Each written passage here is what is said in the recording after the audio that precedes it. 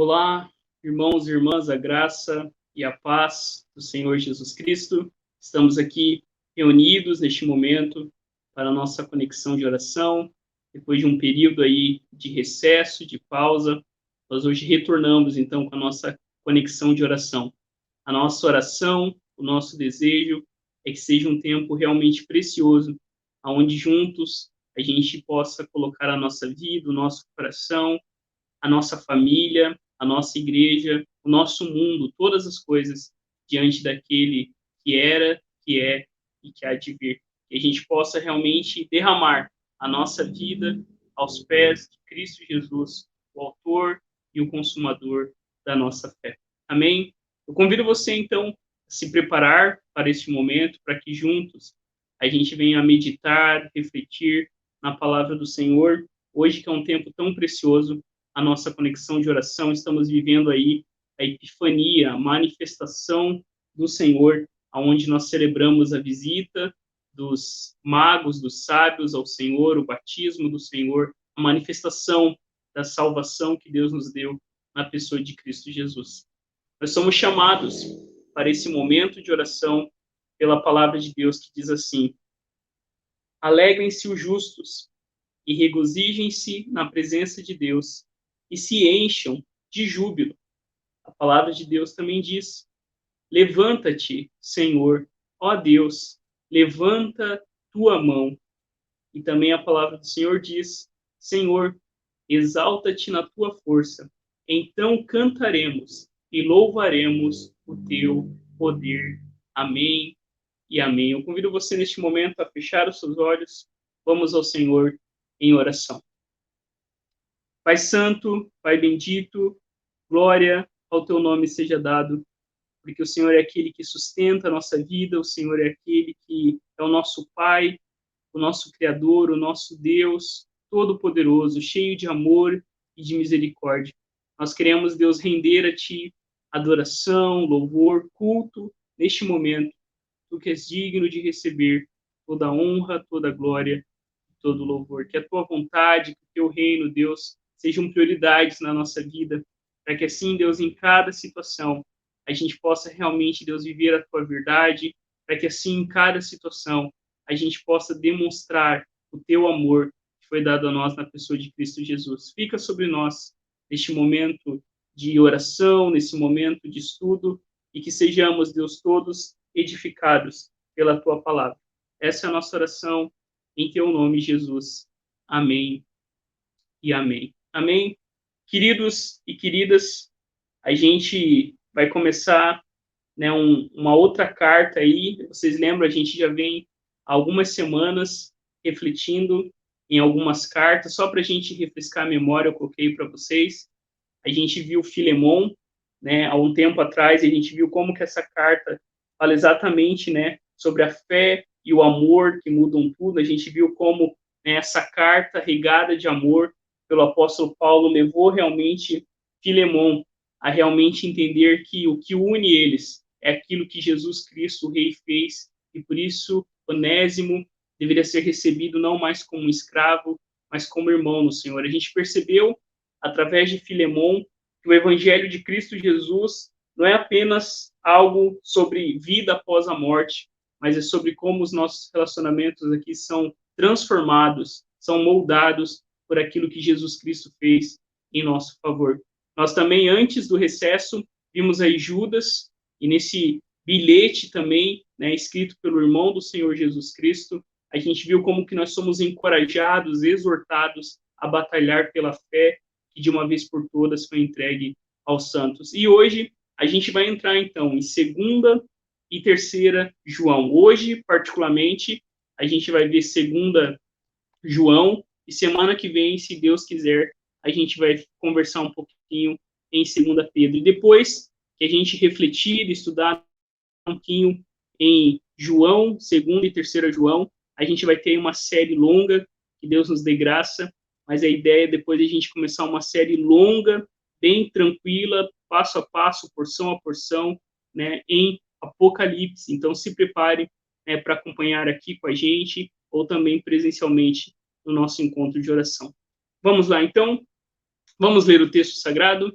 Nós vamos ler inteiro os 13 versículos que compõem esta carta. Se você quiser abrir na sua Bíblia, ou se você também quiser acompanhar aí no vídeo, você pode fazer. Assim diz a palavra de Deus, ouça com fé. O presbítero, a senhora eleita e aos seus filhos, a quem eu amo na verdade, e não somente eu, mas também todos os que conhecem a verdade. Por causa da verdade que permanece em nós e conosco estará para sempre. A graça, a misericórdia e a paz da parte de Deus Pai e de Jesus Cristo, Filho do Pai, estejam conosco, em verdade e em amor. Fiquei muito alegre por ter encontrado alguns de seus filhos que andam na verdade, de acordo com o mandamento que recebemos do Pai. E agora, Senhora, peço-lhe, não como se escrevesse mandamento novo, mas o mesmo que temos tido desde o princípio, que nos amemos uns aos outros. E o amor é este, que andemos segundo os mandamentos de Deus. Este mandamento, como vocês ouviram desde o princípio, é que vocês vivam nesse amor. Porque muitos enganadores têm saído mundo afora, os quais não confessam que Jesus Cristo veio em carne.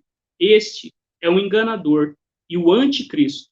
Tenham cuidado para que não percam aquilo que temos realizado com esforço, mas recebam plena recompensa. Todo aquele que vai além da doutrina de Cristo e nela não permanece, não tem Deus. E o que permanece na doutrina, esse tem tanto o Pai como o Filho. Se alguém for até vocês e não levar essa doutrina, não o recebam em casa, nem lhe deem boas-vindas, porque aquele que lhes dá boas-vindas se faz cúmplice das suas obras más. Ainda tinha muitas coisas a lhes escrever, mas não quis fazê-lo com papel e tinta, pois espero ir visitá-los e conversaremos pessoalmente, para que a nossa alegria seja completa. Os filhos da sua irmã eleita mandam saudações. Esta é a palavra do Senhor. Façamos uma oração. Pai Santo, nós acabamos de ler tua palavra, viva, eficaz, inspirada para nós. E a nossa oração, Senhor, neste momento, é que, por favor, o Senhor ilumine a nossa mente, coloque também fogo em nosso coração, para que a gente possa, Deus, realmente, depois de ouvir a reflexão, a meditação, o estudo nessa porção da tua palavra, que sejamos, Deus, encorajados e cada vez mais que possamos ter os nossos olhos e o nosso coração em Cristo Jesus, Pai. Que a verdade de Jesus Cristo, que o amor do Senhor possa realmente transbordar em nosso meio, por meio daquilo que Jesus Cristo fez em nosso favor. Graças te damos, porque o Senhor enviou Cristo Jesus para morrer na cruz pelos nossos pecados e fazer assim com que a gente pudesse viver a verdade, o amor do Senhor já neste mundo. Fala ao nosso coração, é a nossa oração em teu nome, Jesus. Amém e amém. Amém. Queridos e queridas, quando nós olhamos aí então para 2 João, né, esta carta foi escrita provavelmente pelo apóstolo João, né, muitos concordam que foi João, apesar de ali no texto, né, ele fala do presbítero, né, que escreve a senhora eleita, ele não se identifica como João, nem como apóstolo, mas a gente vê isso acontecendo também, por exemplo, na carta de Pedro, quando ele diz que ele era um presbítero junto com os irmãos. Então, muitos estudiosos dizem que foi João que escreveu essa carta. E João, né, a gente vê, por exemplo, as cartas, né, que Jesus, através dele, escreve às igrejas da Ásia Menor. Então, João, ele passou os seus últimos anos nessa região. E a data, né, provavelmente foi perto do ano 100 depois de Cristo, né? Lembrando que dos apóstolos, o único que, segundo a tradição, morreu de morte natural foi o apóstolo João. Afinal, ele também era um dos mais novos dos apóstolos e também não foi martirizado. E também o local, onde que foi escrito, né, essas cartas, próximo a Éfeso. Então, essa carta de João, inclusive, ele escreve lá em Apocalipse uma carta aos Efésios, à igreja de Éfeso, na Ásia Menor, e os destinatários, né, conforme o texto ali, isso não é muito claro, mas muitos estudiosos, entre eles o John Stott, concordam que a senhora eleita aí se refere a igreja. Alguns, né, dizem que seria a uma senhora e sua família, outros a uma mulher chamada eleita, né, que no original a palavra ali sugere talvez, mas o que muitos concordam e a gente fica com, né, com isso é que essa carta, o destinatário, né, os leitores, os ouvintes dessa carta, era uma igreja que João tinha contato, né, João estava em outra igreja, a gente percebe o tom, né, na carta, quando lá no final ele fala, os teus irmãos aqui, né, os filhos da tua irmã mandam saudações. Então, os destinatários são alguma igreja daquela região ali que precisa receber orientação da parte de Deus. No comentário bíblico, né, na Bíblia de Estudo Nova Almeida Atualizada, o autor na introdução coloca o seguinte: João escreve para exortar os leitores a amarem uns aos outros. A gente vê isso lá no versículo 5. E a tomarem cuidado com os enganadores. Ele oferece conselhos práticos sobre mostrar hospitalidade a missionários itinerantes e pretende preparar a senhora eleita para a sua visita. O foco está em viver no amor de Deus de acordo com a verdade de Jesus Cristo. Se você se lembrar, em cada carta aí que a gente tem passado, desde Filemon por Judas, a gente percebe essas duas asas aí presentes, né? Amor entre os irmãos e fé em nosso Senhor Jesus Cristo. E aqui, novamente, o foco está, né, em viver o amor de Deus, né, de acordo com a verdade, de acordo com a fé que temos em Jesus Cristo. E eu coloquei para você, né, num comentário, o autor coloca um esboço aí, né, desta carta, que é o menor livro, né, do Novo Testamento, e se eu não me engano também de toda a Escritura, e ele divide, né, esses 13 versículos dessa maneira. É uma introdução, dentro da introdução a gente tem os destinatários, a gente tem saudações, depois numa segunda parte a gente vê instruções, né, a partir do 4º versículo 6, né, pedido e ordem, elogio, exortação, a gente vê advertência, né, a gente vê descrição e admoestação, instrução, e ali no finalzinho uma proibição de que eles não deveriam receber os enganadores. E por fim, né, ele coloca ali na conclusão o seu desejo de visitar os irmãos pessoalmente, coisa que ele não queria fazer apenas, né, com papel e tinta. Então, quando a gente olha, né, para esse texto, a primeira coisa que a gente percebe aí, né, que João escreve, João nos lembra de uma coisa muito importante, que igreja é essencial, né? João, ele se identifica como presbítero, a senhora eleita e aos seus filhos, a quem eu amo na verdade. Ele diz, e não somente eu, mas também todos que conhecem a verdade. A primeira coisa, logo de cara, que a gente percebe aí nessa carta, é que igreja, irmãos, é essencial. Igreja é importante, a comunhão dos santos. A igreja, quando a gente fala igreja aqui, a gente está falando o povo de Deus.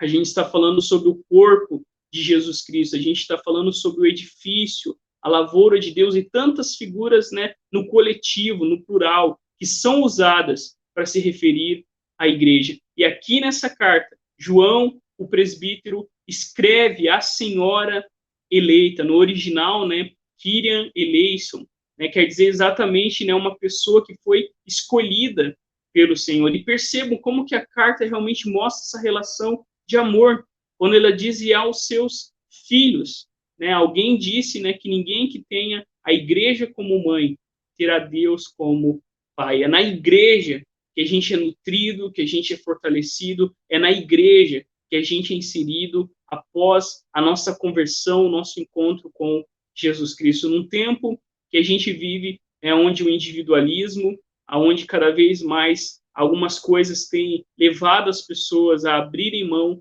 de viver a comunhão cristã, nós somos encorajados pelo apóstolo João a lembrar disso, que a senhora eleita tem os seus filhos e esses filhos devem viver em comunidade. Quando a gente olha para Atos, quando a gente olha para as cartas paulinas, as cartas de Pedro, a carta dos apóstolos, a gente percebe realmente ele sempre com esse senso de comunidade. Por quê? Porque a igreja é essencial. É num tempo como o nosso que muitas pessoas têm abrido mão, né, têm aberto mão da importância da comunhão. Nós somos lembrados, né, por João que a senhora eleita ela tem os seus filhos e os seus filhos devem viver nessa comunhão santa, a comunhão dos santos, que inclusive a gente professa, né, no credo apostólico. E ele continua, né, e percebo como aqui nesse trecho, João, ele destaca uma palavra muito importante, verdade, que ali no original é a palavra eleteia. E essa palavra, né, verdade, percebo quantas vezes se repete logo nessa saudação de João, logo nessa introdução que ele faz. Ele diz: amo na verdade, conhecem a verdade, por causa da verdade, em verdade. Aqui João fala sobre conhecer a verdade, sobre andar na verdade, sobre permanecer na verdade. Né? Nós vemos como isso é importante, o amor que vem de Deus. Não é um amor dissociado, separado da verdade que temos em Jesus Cristo. O amor que vemos em Deus não é o amor greco-romano do cupido, né, das emoções sem qualquer sentido. O amor de Deus que é demonstrado em Jesus Cristo é um amor verdadeiro, é um amor efetivo, é um amor concreto. E o amor verdadeiro nunca estará separado da verdade. Não é isso que o próprio apóstolo Paulo nos encoraja? Sigam a verdade em amor, tendo Cristo Jesus como cabeça. Então, o que João está falando aqui, a igreja de Jesus Cristo, é que ele ama aqueles irmãos na verdade e que nós devemos também conhecer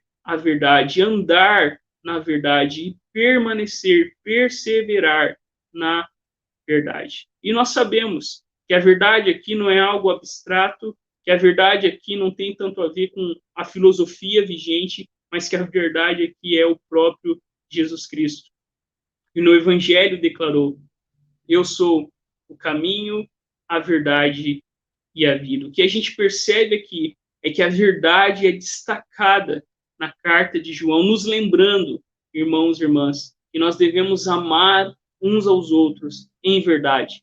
Não com fingimento, não aquele amor, né, apenas emocional, mas nós devemos realmente, como alguém disse, a gente já repetiu isso várias vezes, quando a gente quer saber o significado do amor, nós não devemos ir ao dicionário, mas ao Calvário, porque foi na cruz que Deus demonstrou o amor verdadeiro. E o amor verdadeiro sempre é substitutivo e sacrificial.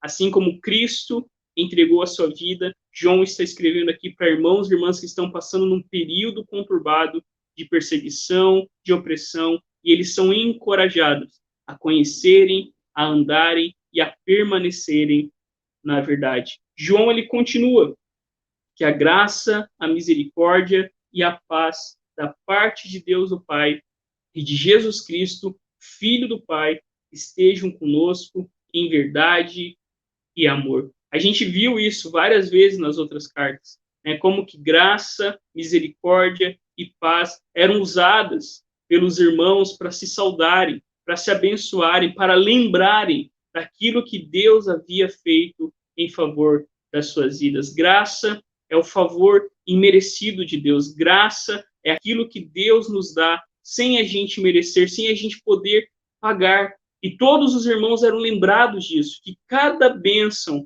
espiritual, que cada dádiva de Deus era graça, não era por merecimento, mas era porque Deus havia amado o seu povo primeiramente. E por toda a Escritura, a gente vê um Deus cheio de graça, vivendo e demonstrando na vida do seu povo essa graça. A misericórdia é a compaixão do Senhor da nossa miséria. A misericórdia é Deus não nos dar aquilo que a gente merece. A gente merecia ficar na miséria, a gente merecia ficar escravizado pelo pecado, a gente merecia realmente continuar perdido, sem rumo e sem direção.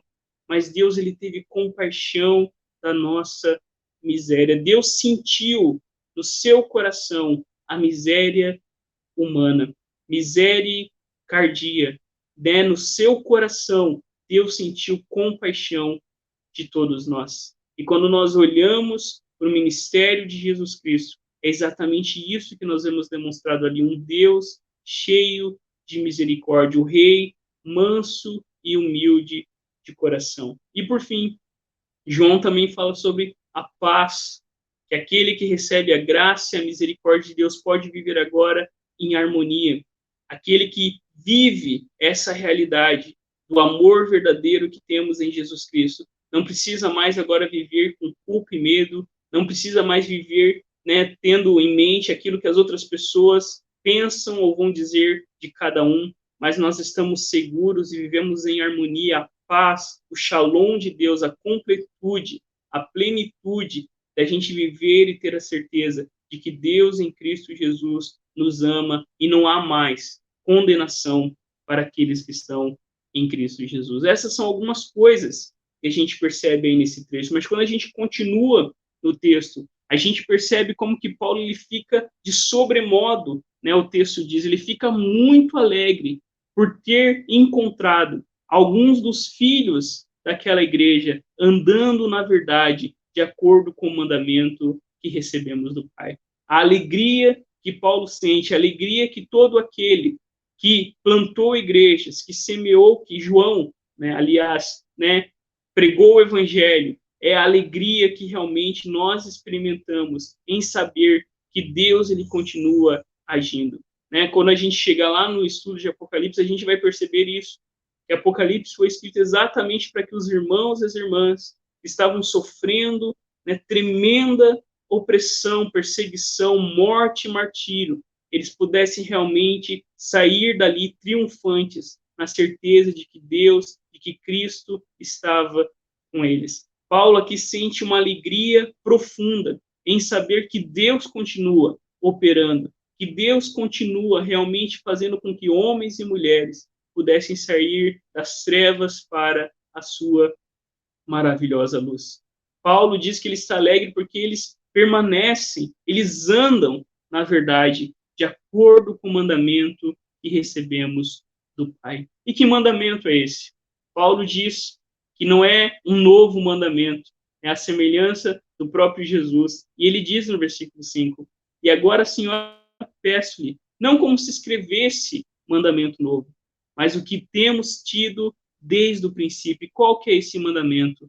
Que amemos uns aos outros. O grande mandamento é tornar o evangelho visível através de relacionamentos transformados e redimidos pelo amor de Deus. O grande mandamento que eu e você recebemos do Senhor Jesus é que nós nos amemos assim como ele nos amou. Ele nos amou até o fim. E é o próprio Jesus que disse que ninguém tem maior amor do que aquele que dá vida.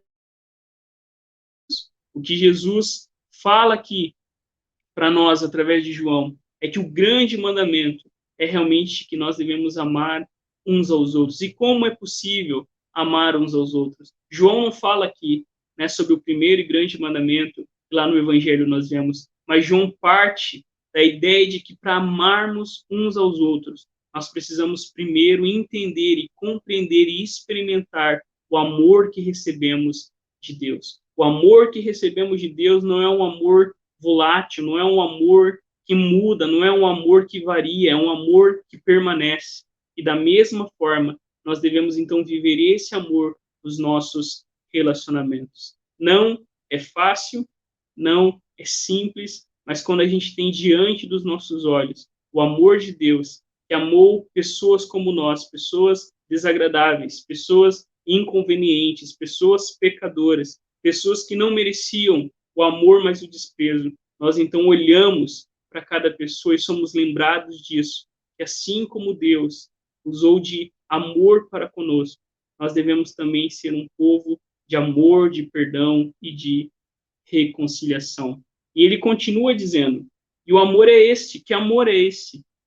Que andemos segundo os mandamentos de Deus. Percebam que o amor que João está trazendo aqui não é um amor que a gente tem visto na nossa cultura, esse amor apenas sentimental, esse amor emocional, esse amor que se esvai, esse amor que escorre pelos dedos, esse amor, né, nas palavras, né, de um filósofo, é líquido, onde tudo que é sólido se desmancha no ar. Esse amor que João está falando aqui é o amor que nós recebemos do próprio Deus em Cristo Jesus. O próprio Jesus diz no Evangelho de João que se nós amamos a Ele, nós guardamos os seus mandamentos. O amor aqui está totalmente ligado com a obediência fiel e alegre à palavra de Jesus Cristo. O amor que nós temos a Deus não é um amor de boca para fora. No próprio Evangelho, Jesus censura os religiosos, né? Quando diz, olha, vocês me honram com os lábios, mas o coração está longe de mim. Esse amor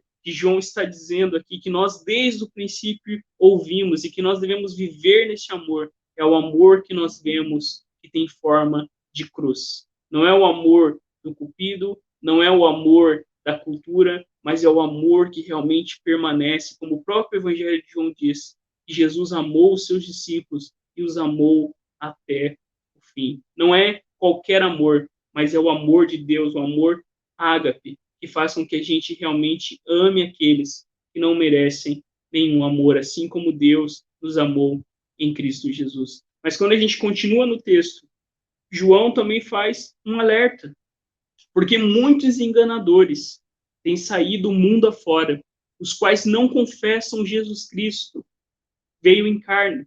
Aqui, novamente, percebo como isso está presente em praticamente todas as cartas. Há um alerta: enganadores têm saído do mundo afora, com doutrinas erradas, com heresias, e esses negam que Jesus Cristo veio em carne. No momento aqui, né, o que estava em jogo ali, havia o gnosticismo, que era uma ideia, que era uma filosofia, que eram alguns ensinamentos que negavam que Jesus veio em carne, que Jesus era também um ser humano. Era uma visão, né, dualista do mundo, né, uma visão muito marcada pela ideia e filosofia grega, aonde o espírito e a matéria não podiam se unir.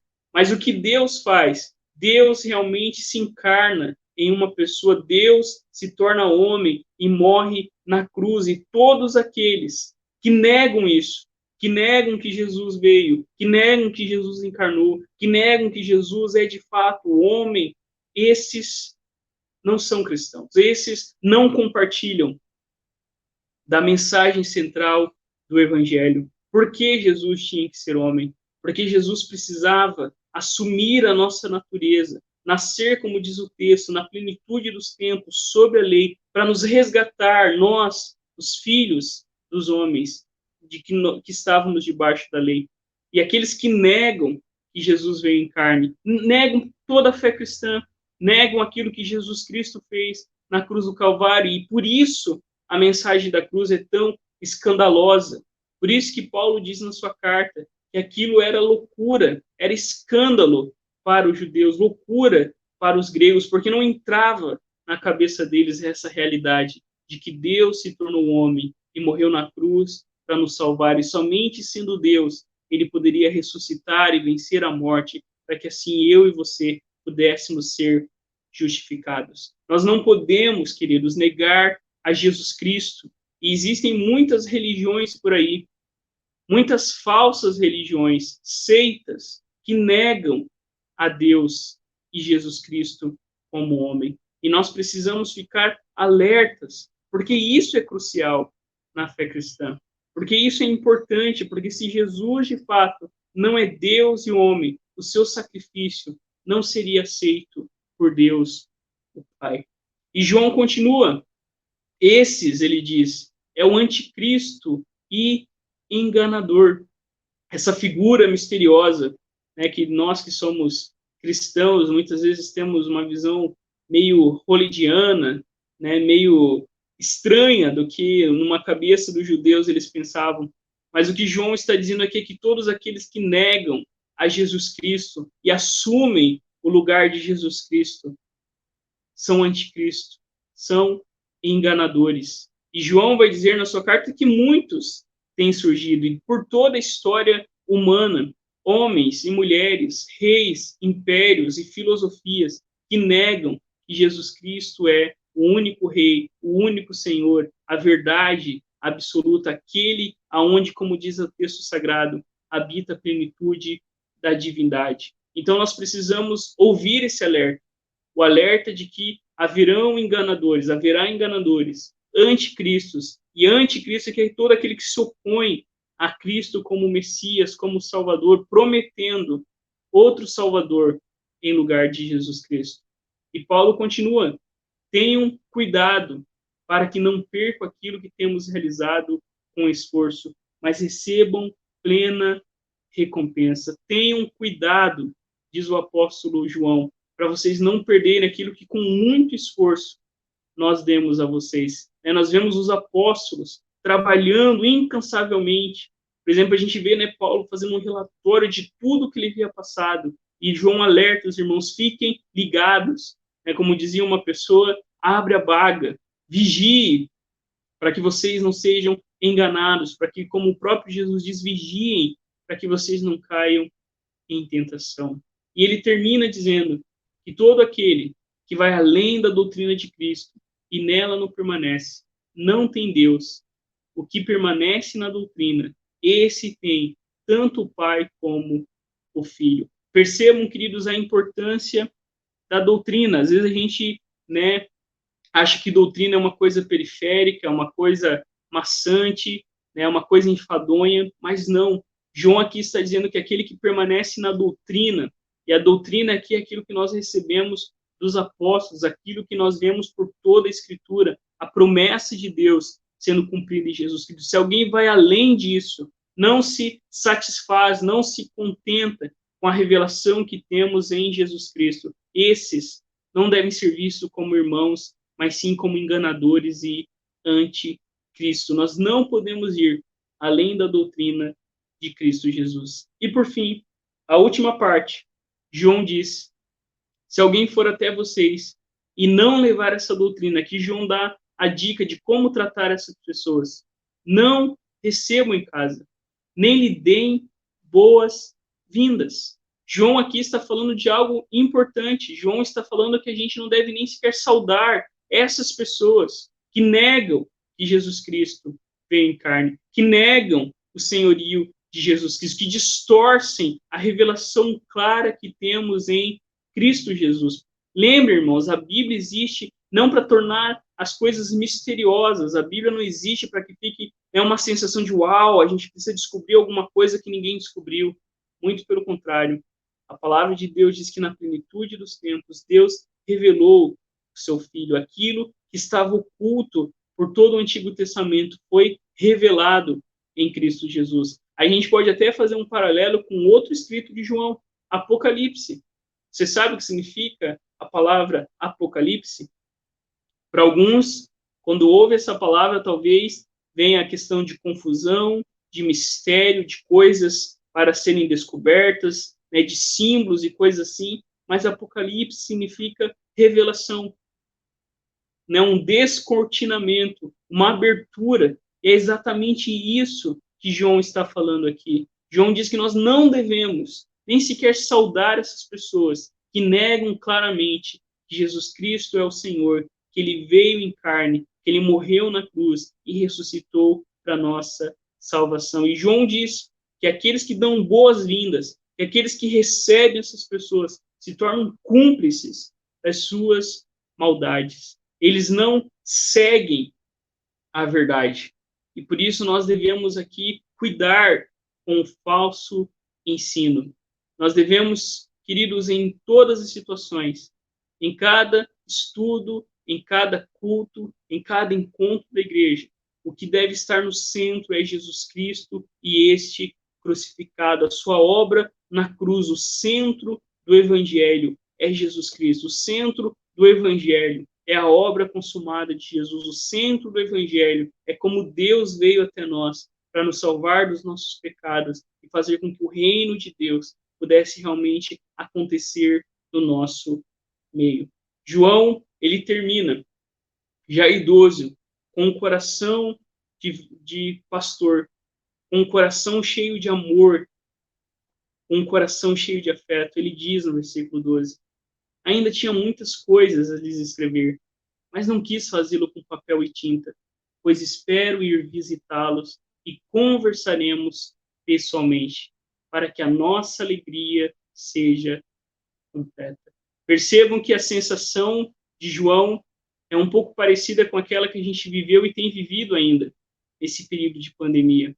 O desejo de João era escrever muitas coisas, mas ele queria fazer pessoalmente, ele queria olhar nos olhos dos irmãos. E aqui a gente percebe, irmãos, como que igreja não se vive à distância, mas igreja se vive quando nós nos reunimos, quando nós estamos um diante do outro, olhando um nos olhos do outro, pessoalmente, vivendo a verdade e o amor que temos em Jesus Cristo. João escreve com esse sentimento, com essa atitude de que ele queria em breve ver os irmãos. E ele mesmo diz aquilo que ele cita na sua carta, na sua primeira carta, para que a nossa alegria seja completa.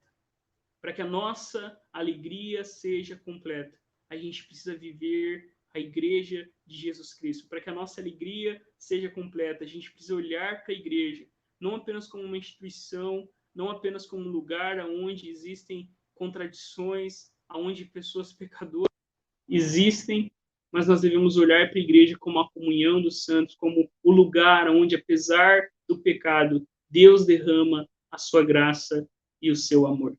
Ele termina: os filhos da sua irmã, ou seja, os irmãos que estavam com ele, os filhos da sua irmã eleita, mandam saudações.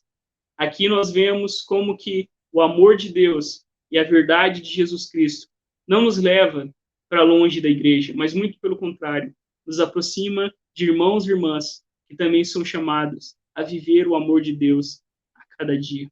Amém? Eu quero terminar com uma citação de C.S. Lewis, quando ele diz o seguinte sobre caridade, sobre o amor de Deus. De uma maneira geral, o amor de Deus por nós é um assunto sobre o qual se deve refletir com muito mais cuidado do que o nosso amor por ele. Ninguém consegue ter sentimentos piedosos o tempo todo. E mesmo se conseguisse, o fato é que os sentimentos não são a preocupação principal de Deus. O amor cristão, seja com relação a Deus, seja com relação ao ser humano, é uma questão de vontade.